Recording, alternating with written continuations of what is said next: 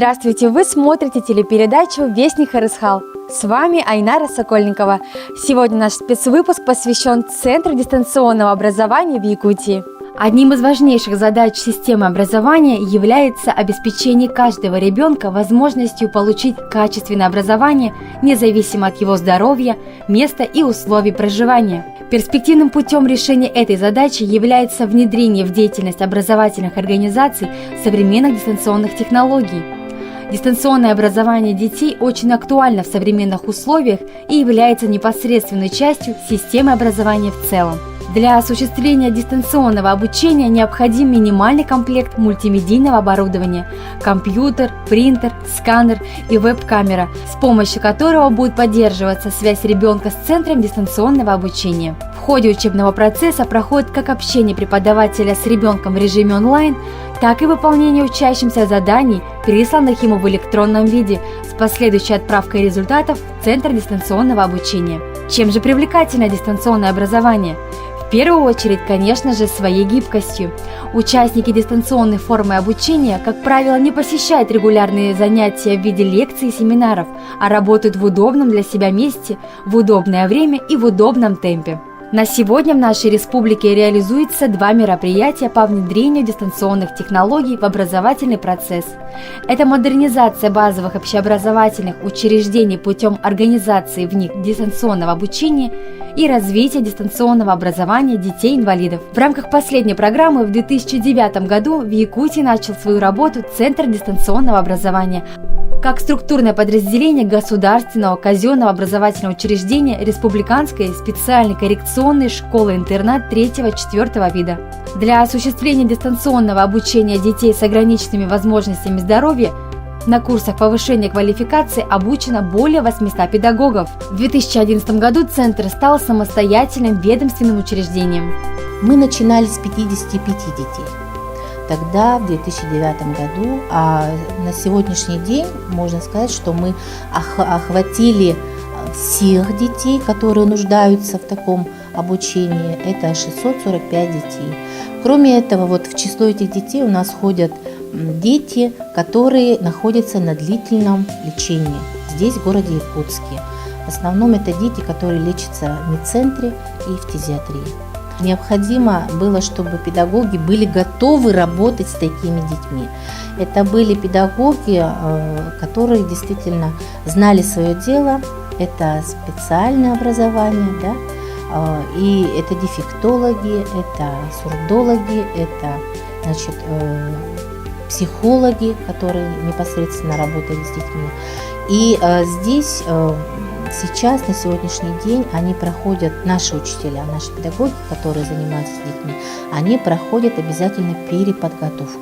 Также мы переподготовку вели в течение всех этих лет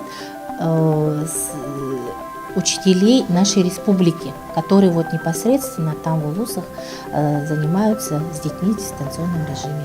Дополнительное образование детей с инвалидностью осуществляется по учебно-познавательному и художественно-эстетическому направлению. Каждое направление реализуется через следующие программы дополнительного образования: курсы по подготовке к ЕГЭ и служба консультаций по школьным предметам. Для обучения детей используются лицензированные электронные образовательные ресурсы Центра образования технологии обучения город Москва. Центр имеет свой специально оборудованный класс, где каждый день в течение года собираются учителя разных курсов и параллельно ведут уроки для особенных детей нашей республики.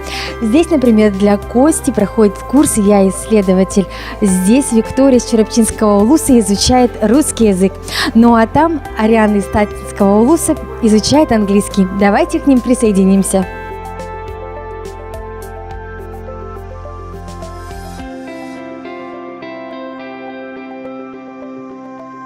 Ариана уже учится 3-й год. Мария Владимировна у нас была первая учительница. Потом Ишка Даниловна. У нас Ариан уже научился чуть-чуть разговаривать по-английски, читает, чуть-чуть пишет. Какие достижения он занял по выразительному чтению конкурс на русском языке республиканского среди детей. 6 место. Еще видеоклип мы сняли на Новый год. природы. И отправили нас Ариана в Швецию. Вот. И на разных конкурсах по рисункам, по разным поделкам мы участвуем. И всегда у нас тоже вот сертификаты, грамоты всегда у нас есть. Активно участвуем у нас.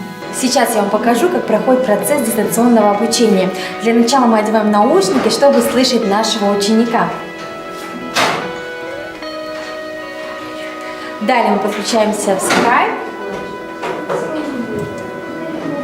Находим нашего ученика. У нас сегодня будет Виктория.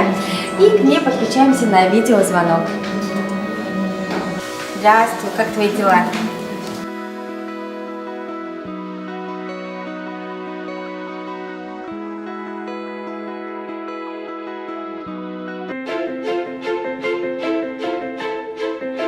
Для того, чтобы учиться в Центре дистанционного образования, необходимо написать заявление на имя министра образования Республики Саха-Якутия и предоставить следующие документы. Заявление по форме, копия документа об установлении инвалидности, справка о рекомендованном ребенку обучении на дому, справка об отсутствии противопоказаний для работы с компьютером.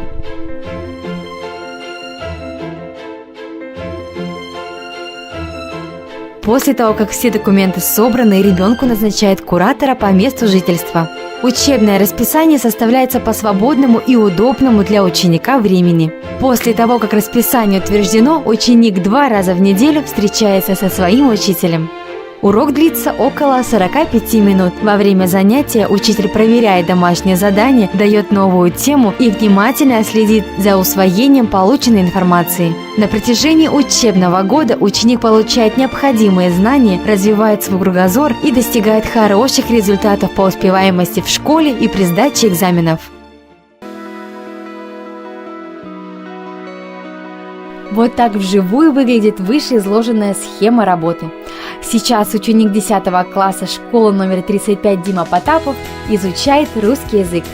У Димы проблемы с опорно-двигательным аппаратом. Он не имеет возможности посещать школу, поэтому он находится на домашнем обучении. В Центре дополнительного образования я учусь с 1 класса. Меня обучали, как пользоваться компьютером, как пользоваться, вообще там разбираться. И в данный момент посещаю курсы русского языка.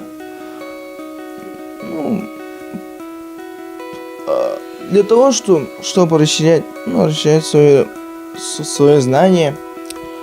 Во-первых, у меня уже в следующем году состоится выпускные экзамены. Мы уже постепенно начинаем готовиться.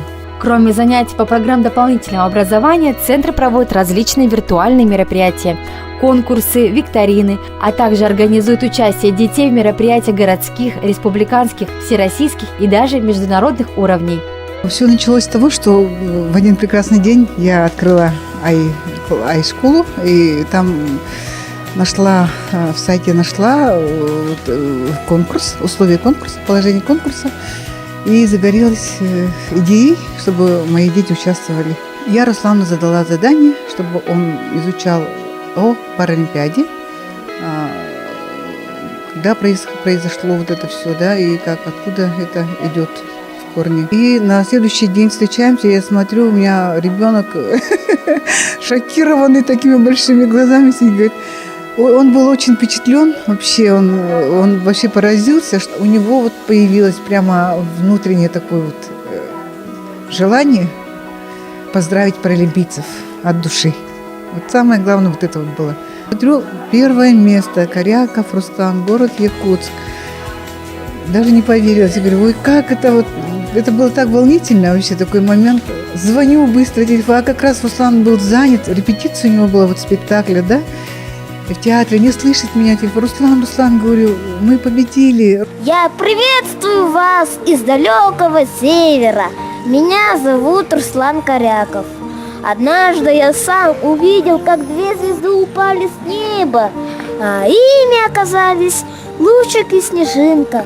Нам было очень весело играть вместе. Я был счастлив от этой сказочной встречи. Я занял первое место, И мы получили с мамой путевку в Сочи. И мы поехали. Там были Паралимпийские игры в 2014 году. Я вообще не думал, что я первое место получу. Думал, что не думал даже. Мне Клара Николаевна, я даже не знал, что первое место. Я когда занимался офис Харысхал, и мне Клара Николаевна позвонила. Она мне звонит. Да, алло. Руслан, ты получил первое место. Что? Где первое место? Ты получил первое место, твой шанс, видеооткрытка. Что? Я так вообще обрадовался. Я еще детям рассказал. Все обрадовались. Ученица 6 класса школы номер 35 города Якутска Лена Нехурова занимается в центре с 2013 года. Училась на курсах «Русский язык», а сейчас посещает курс «Служба консультаций по русскому языку», благодаря которому приняла участие в научно-практической конференции в Центре дистанционного обучения. Елена Нехурова занимается у меня 2-й год. Она ученица 6 класса, ученица СОВЗ. И занимаемся мы очень хорошо. Очень такая девочка активная, любознательная, поэтому я ее с прошлого года начала с ней начали мы участвовать в НПК, научно-практической конференции. Это была наша первая тема, там она заняла 1-е место и была награждена хорошим призом, да.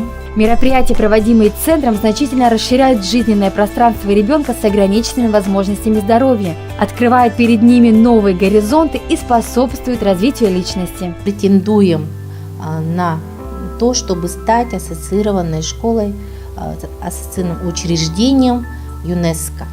И сейчас у нас идет такая плодотворная, планомерная работа именно по данному направлению. Есть у нас в республике хороший благотворительный фонд Харысхал, милосердие. И мы начинаем с этого года с ним, с фондом, сотрудничать именно по летнему отдыху детей наших. Вместе будем во благо наших детей с инвалидностью просвещать, информировать и, конечно же, вместе работать с фондом Харысхал. В этом году Центр дистанционного образования отмечает свой первый маленький юбилей – 5-летие со дня открытия. За это время Центр считается уникальным не только в Якутии, но и среди подобных учреждений России. Центр обеспечивает тот уровень подготовки ребят, который отвечает высоким запросам общества, полноценному, всестороннему, качественному образованию и воспитанию. Мы поздравляем Центр дистанционного образования с днем рождения. Желаем достигать новых вершин, стремиться только вперед и удачи во всех начинаниях. Ну а эфирное время нашей телепередачи подошло к концу. Увидимся с вами на следующей неделе. До новых встреч!